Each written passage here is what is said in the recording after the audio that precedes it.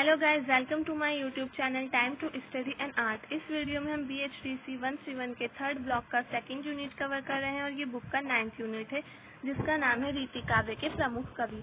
इससे पहले 2 वीडियोज आ चुके हैं जिसमें मैंने रीतिबद्ध कवियों के बारे में बताया था और रीतिबद्ध कवियों का किस प्रकार से वर्गीकरण किया गया था वो बताया था। इस वीडियो में हम रीति सिद्ध कवि इस टॉपिक पर डिस्कशन करेंगे। तो चलिए शुरू करते हैं। रीति सिद्ध कवियों के बारे में भी मैंने पहले बता दिया है, मैं दोबारा से पढ़ रही हूँ। रीति सिद्ध कवियों ने काव्यांग निरूपक ग्रंथ तो नहीं लिखे, लेकिन कविता में रीति निरूपक आचार्यों के मानदंडों का पालन किया। काव्यांग निरूपक ग्रंथ यानी कि काव्यांग वो होते रस, छंद, अलंकार। तो जो लक्षण ग्रंथ होते थे, तो इन कवियों ने, रीति सिद्ध कवियों ने लक्षण ग्रंथों की रचना नहीं की, लेकिन जो लक्षण ग्रंथ थे उनसे इन्होंने थोड़े थोड़े से उसके जो मानदंड थे उनका पालन किया, उससे प्रेरणा ली और फिर अपने काव्यों की रचना की। रीति सिद्ध कवियों की कविताओं में वे सभी वस्तुगत प्रवृत्तियां मिलती हैं जो रीतिबद्ध कवियों में मौजूद थी। मतलब रीतिबद्ध कवि कौन से होते थे? जो लक्षण ग्रंथों का निर्माण करते थे, और रीति सिद्ध कवि वो होते थे जो लक्षण ग्रंथों का निर्माण नहीं करते थे लेकिन उनसे प्रेरणा लेते थे, उनके जो मानदंड होते थे उनका पालन करते थे। तो इसलिए रीति सिद्ध कवियों की कविताओं में भी रीतिबद्ध कवियों की जो वस्तुगत प्रवृत्तियां हैं, वस्तुगत विशेषताएं वो देखने को मिल जाती है। रीति सिद्ध कवियों का उद्देश्य काव्य शास्त्र की शिक्षा देना नहीं था। अब जो रीति सिद्ध कवि थे उनका मतलब नहीं था, उनका उद्देश्य नहीं था कि वो काव्य शास्त्र की शिक्षा दें। काव्य शास्त्र की यानी कि रस, छंद, अलंकार के बारे में बताएं। जितने भी रीतिबद्ध कवि थे उनका उद्देश्य था कि वो काव्य शास्त्र की शिक्षा दें, इसलिए उनको आचार्य कवि भी कहा जाता है। लेकिन रीति सिद्ध कवियों का ये उद्देश्य नहीं था।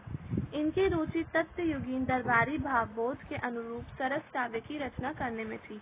मतलब वो सिर्फ उनकी जो रुचि थी वो दरबारी जो वातावरण था उस समय का, उसके अनुरूप अपनी काव्य रचनाएं करते थे और बस उन्हीं में उसकी रुचि थी, उनकी इच्छा बस यही थी। तो अब रीति सिद्ध कवियों में कौन कौन आते हैं? बिहारी, सेनापति, बेनी, कृष्ण कवि आदि इस कोटि के प्रमुख कवि हैं। ये सब प्रमुख कवि हैं और सबसे रीति सिद्ध कवियों में सबसे ऊपर बिहारी का नाम आता है। तो हम बिहारी के बारे में देख लेते हैं और इस बुक में भी सिर्फ बिहारी के बारे में ही बताया गया है। बिहारी रीति सिद्ध काव्य के सर्वश्रेष्ठ कवि हैं। रीति सिद्ध काव्य ही नहीं, समस्त रीति काव्य में उनका प्रमुख स्थान है। मतलब बिहारी जो है उनका प्रमुख स्थान है रीति काव्य में।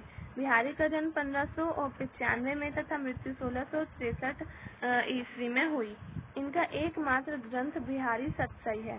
यद्यपि इन्होंने नीतिपरक और भक्तिपरक रचनाएं भी की हैं, परंतु मुख्य रूप से वे श्रृंगार के कवि हैं।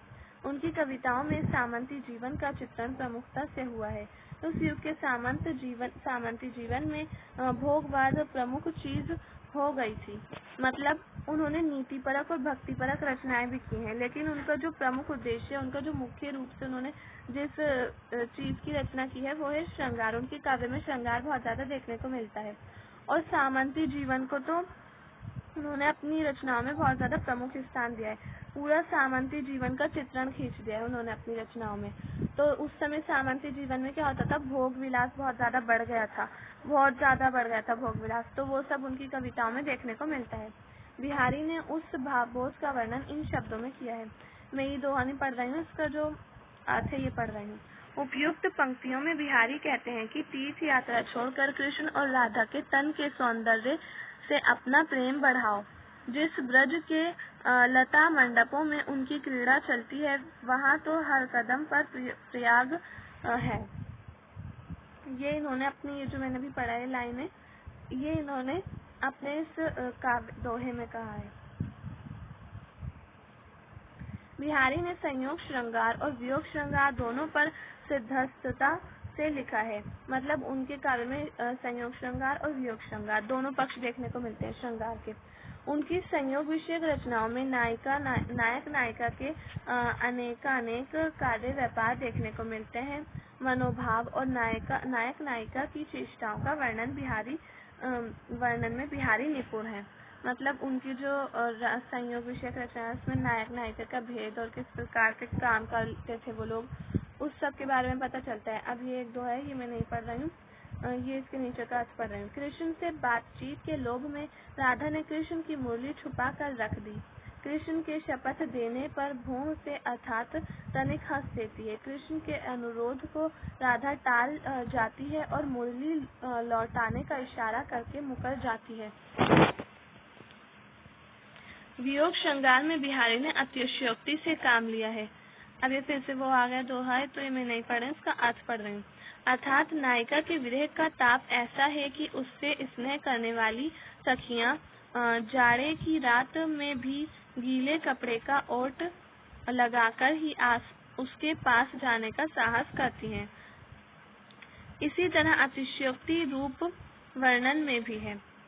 अर्थात नायिका के घर के आसपास पंचांग देखकर ही तिथि का पता लगाया जा सकता है, क्योंकि उसके चेहरे की आभा से वहां चारों ओर उजाला फैला रहता है और हर दिन पूर्णिमा की तरह लगता है। ये सब इनके जो मैंने दोनों पढ़े हैं, ये सब इनके अतिशयोक्ति पूर्ण वर्णन है, यानी कि वियोग श्रृंगार है, वियोग श्रृंगार से संबंधित है ये सब। अब कौन सा पढ़ा था? इसी तरह अतिशयोक्ति रूप वर्णन भी किया है। रूप वर्णन में भी देख लेते हैं। अर्थात नायिका के घर के आसपास पंचांग देखकर, ये तो मैंने पढ़ लिया। बिहारी की बौद्धिकता उनकी नीतिपरक कविताओं में दिखाई देती है। मतलब उनकी जो बुद्धि है उनकी नीतिपरक कविताओं में दिखाई देती है। उसमें कहते हैं, कनक कनक ते सौगुनी मादकता अधिकारी, उन्हीं अखाएं बोराई, इहीं पाए ही बोराई। ये देख, अभी मैं इसका अर्थ पढ़ रही हूँ, जो मैंने अभी दोहा पढ़ा है इसका अर्थ पढ़ रही हूँ। बिहारी कहते हैं कि सोना यानी कि धन का नशा धतूरे के नशे से 100 गुना ज्यादा होता है। धतूरे को खाने से मनुष्य बौराता है, पर सोना पीने से ही बौरा जाता है। मतलब वो कहते हैं कि जो धन है, धन का नशा इतना ज्यादा होता है कि वो धतूरे के नशे से भी ज्यादा होता है धन का नशा। धतूरे को खाने पर तो मनुष्य बौराता है, पर सोना पाने से ही बौरा जाता है। मतलब धतूरे को तो खाने से ही बौराता है मनुष्य, लेकिन वो अगर सोना देख ले या फिर सोना उसको मिल जाए तो वो उसको सोने को छूता भी नहीं है, बस देख कर ही बौरा जाता है। ये बताया इन्होंने इसमें। तो गाइज आज की वीडियो में सिर्फ इतना ही। अगर आपको मेरी वीडियो पसंद आई हो तो प्लीज़ मेरी वीडियो को लाइक करें, शेयर करें एंड कमेंट्स करके ज़रूर बताएं आपको मेरी वीडियो कैसी लगी। चैनल को सब्सक्राइब करना ना भूलें।